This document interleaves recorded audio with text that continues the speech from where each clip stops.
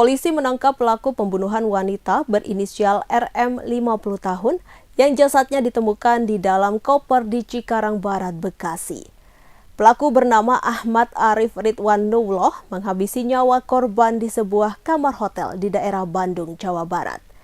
Kabid Humas Polda Metro Jaya, Kombes AD Arisyam Indradi, pada Kamis 2 Mei 2024 mengatakan, sebelum membunuh RM, Arif sempat menyetubuhi korban di kamar hotel tersebut.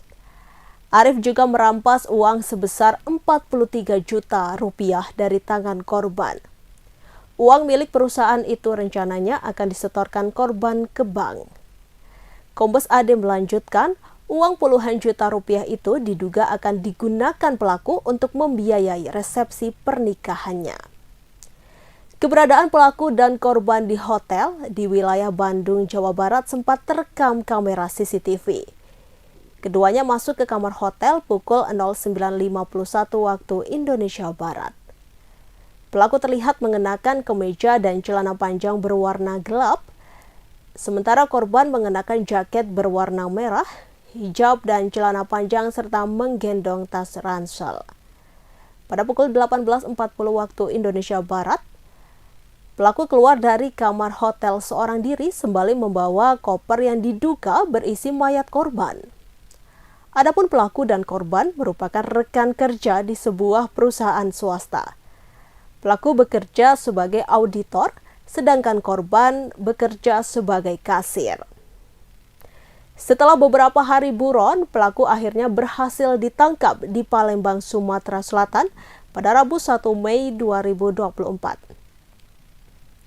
Saat ini polisi telah membawa pelaku ke Jakarta untuk dilakukan pemeriksaan.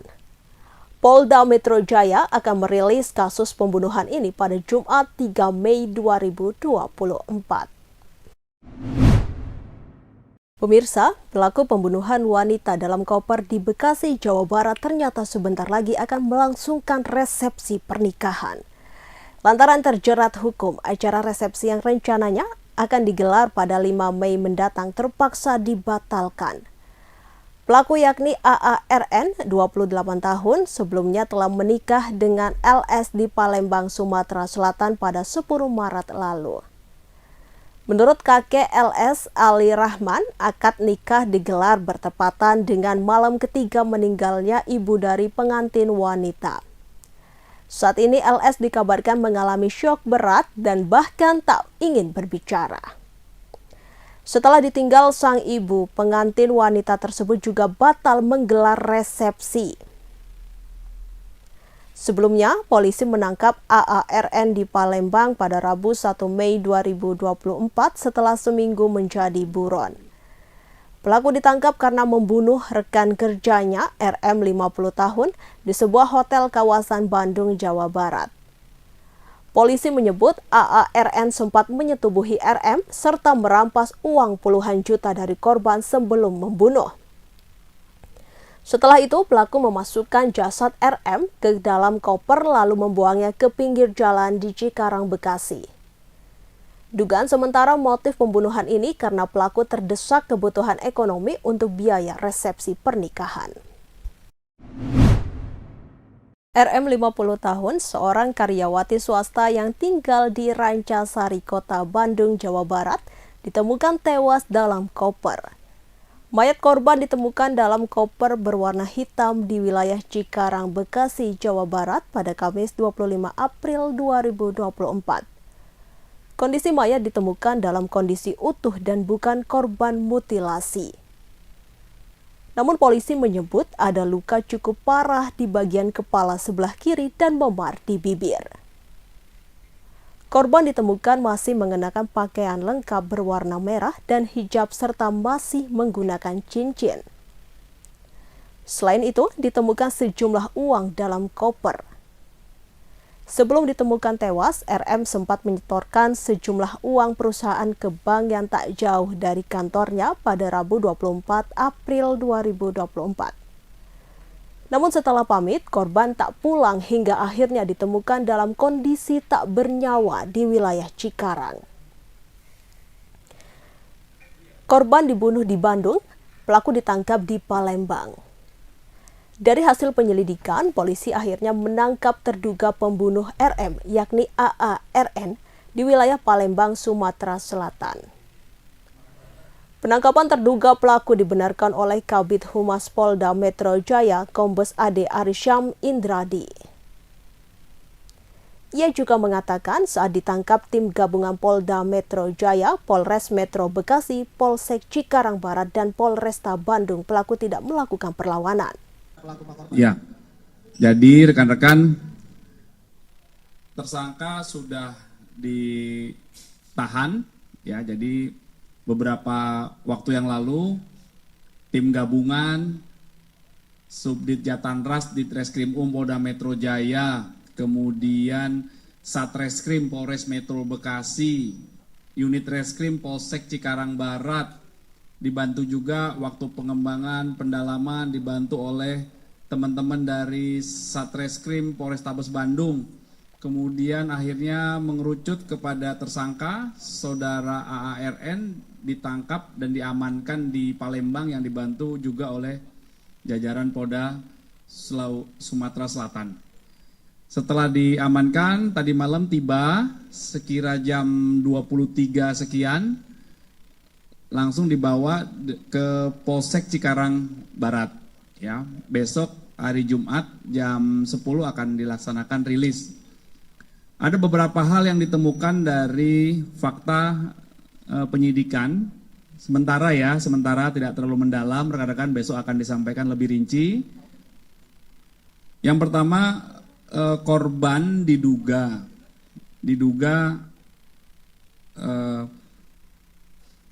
terjadi perbuatan atau disetubuhi korban, ya, di hotel di daerah Bandung. Kemudian korban itu kan membawa sejumlah uang yang akan rencana disetorkan ke bank. Uang itu adalah uang perusahaan. Uang itu juga diambil oleh tersangka. Ya, saat ini masih dilakukan terus pengembangan dan pendalaman, termasuk kepada orang-orang yang membantu atau turut serta dalam peristiwa yang akhirnya berujung pada penemuan mayat seorang wanita di dalam koper beberapa waktu yang lalu. Fakta yang ditemukan sampai dengan hari ini, rekan kerja di sebuah perusahaan swasta, korban infonya sebagai kasir dan tersangka sebagai auditor, ya, di perusahaan yang sama, cuma berbeda cabang, ya. Ada yang satu di pusat, ada yang satu yang di daerah. Ya, nanti dipastikan lagi, ya. Ada informasi seperti itu. Baru saja menikah, akad nikah, namun akan dilakukan resepsinya. Akad nikahnya sudah. Boleh dijelasin lebih detail nggak Pak, kenapa si korban ini membawa uang untuk uang perusahaan itu sebesar 43 juta ke hotel itu, Pak? Nanti akan didalami. Yang jelas informasi dari fakta yang ditemukan, uang itu adalah uang perusahaan yang akan disetorkan ke bank, ya. Karena kan kasir, ya, korban ini. Nanti akan didalami, Mbak, peruntukannya, maksud dan tujuan dia mengambil uang itu, ya. Untuk motif, rekan-rekan, ini masih dilakukan pendalaman.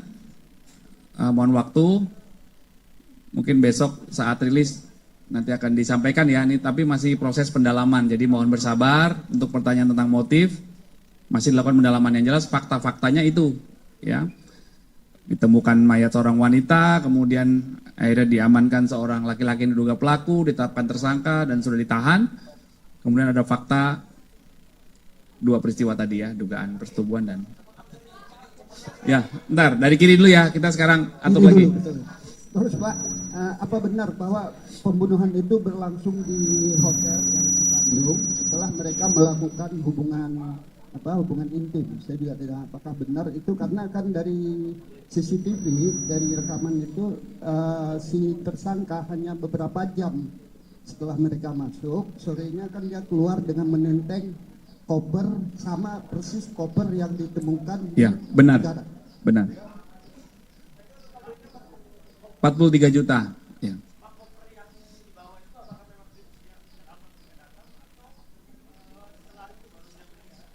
Ya, nanti akan didalami, ya, didalami. Ya. Masih dikembangkan, ya, masih dikembangkan. Oke. Adanya keterlibatan orang lain, tapi sejauh ini hasil penyelidikan sementara apakah emang ditemukan dugaan adanya keterlibatan Besok orang akan lain disampaikan ya. Ini masih dilakukan pendalaman. Masih pendalaman ya. Oke.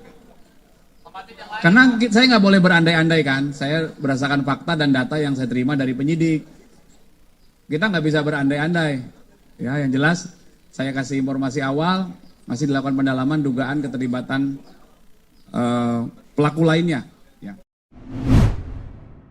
Pemirsa, Eri Cahyadi resmi mendaftar sebagai kandidat bakal calon wali kota Surabaya pada Pilwali Surabaya 2024 melalui PDI Perjuangan pada Kamis 2 Mei 2024. Mendaftar bersama Armuji, Eri yang saat ini berstatus sebagai pertahanan mengisyaratkan akan membangun koalisi besar di kota Surabaya. Kehadiran bakal calon wali kota dan wakil wali kota Surabaya tersebut disambut langsung oleh pengurus dan simpatisan PDIP Surabaya. Ketua DPC PDIP Surabaya Adi Sutarwijono menerima secara langsung rombongan Eri Cahyadi yang dikawal para relawannya. Memberikan penjelasan di hadapan kader dan pengurus, Eri mengatakan bahwa kepemimpinannya di Surabaya harus dilanjutkan. Mengingat masa kerjanya yang berkurang belumlah cukup optimal dalam membangun kota Surabaya. Sebagaimana diketahui, wali kota yang dilantik pada Februari 2021 lalu tersebut akan mengakhiri tugasnya pada Desember 2024. Sekalipun lebih singkat, Eri membeberkan sejumlah capaian memimpin kota Surabaya. Di antaranya, menurunnya angka kemiskinan, menurunnya angka pengangguran, stunting, permasalahan sosial, dan lain sebagainya. Sekalipun mantan Kepala Badan Perencanaan dan Pembangunan Kota Surabaya mengakui bahwa hasil tersebut merupakan bentuk kerja sama seluruh pihak. Eri Cahyadi mengatakan, langkah ini merupakan ikhtiar untuk bergotong royong menuntaskan sejumlah program pembangunan di Kota Pahlawan. Meskipun PDIP dapat mencalonkan pasangan tanpa koalisi, pihaknya tetap akan merangkul semua partai. Kader PDIP ini akan mengajak partai lainnya dalam satu bingkai koalisi. Sebagai bagian dari mewujudkan kerjasama besar tersebut, dalam waktu dekat Eri akan melanjutkan silaturahmi politiknya ke berbagai parpol lain. Di antaranya PKB yang sedang membuka pendaftaran bakal calon wali kota. Tak hanya dengan PKB, komunikasi juga akan dilakukan bersama partai lainnya. Eri Cahyadi juga memohon doa restu kepada warga kota Surabaya untuk menuntaskan beragam program pembangunan yang selama ini telah berjalan dengan baik, mulai soal penurunan kemiskinan, peningkatan layanan pendidikan, kesehatan, hingga penanganan banjir.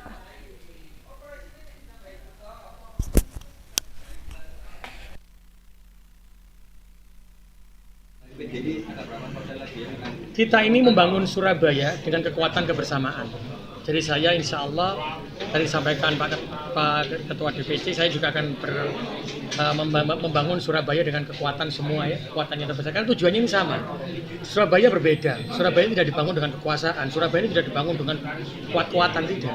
Kalau kita punya tujuan yang sama untuk mensejahterakan umat, kenapa tidak kita menjadi yang ada yang sekarang untuk berjalan bersama. Tapi insya Allah saya akan melakukan itu dengan Cak Armuji. Karena buat kami lebih mengutamakan warga daripada perpecahan untuk warga. Itu jadi ya. Selain PKB kemana lagi? Semuanya insya Allah.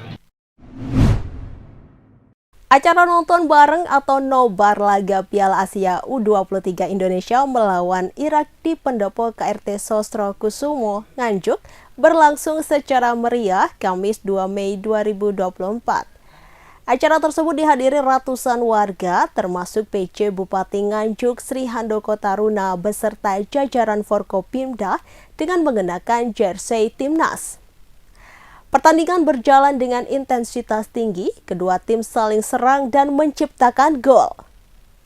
Tak ayal suara sorak semarai dan tepuk tangan riuh terdengar. Beragam ekspresi tercurahkan, dukungan pun terus digelorakan untuk skuad Garuda Muda. Namun sayangnya, Timnas Indonesia U23 tumbang dari Irak dengan skor 1-2 lewat babak tambahan waktu.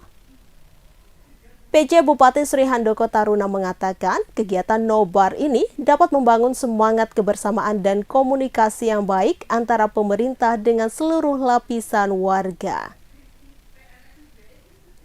Saat nobar, Sri Handoko tampak berbaur serta duduk lesehan bersama dengan warga. Sri Handoko melihat suasana lingkungan pendopo begitu hidup dengan semangat dukungan untuk Timnas Indonesia U23. Kendati kalah, Sri Handoko salut dan bangga dengan perjuangan Garuda Muda. Semangat skuad besutan Sintayong tak padam dari awal hingga akhir pertandingan.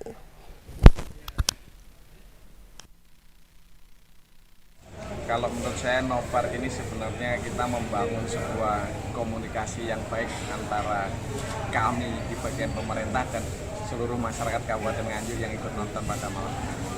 Intinya yang kita tonton ini membangun semangat kebersamaan, termasuk di dalam kita melihat timnas kita berjuang walaupun hari ini kita kalah, tetapi ini menjadi momentum juga untuk kita bangga terhadap sepak bola Indonesia. Tanggapan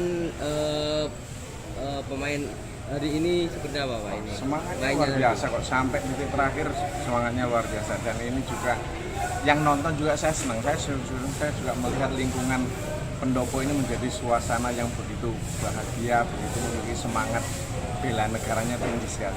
Warga Nganjuk patut kita akui semua. Wakil Presiden terpilih Gibran Raka Buming Raka merespon sikap Prabowo Subianto yang ingin melibatkan Megawati Soekarno Putri dalam penyusunan kabinetnya. Gibran setuju dengan sikap tersebut. Ia mengatakan akan meminta masukan dari banyak pihak dalam menyusun kabinetnya.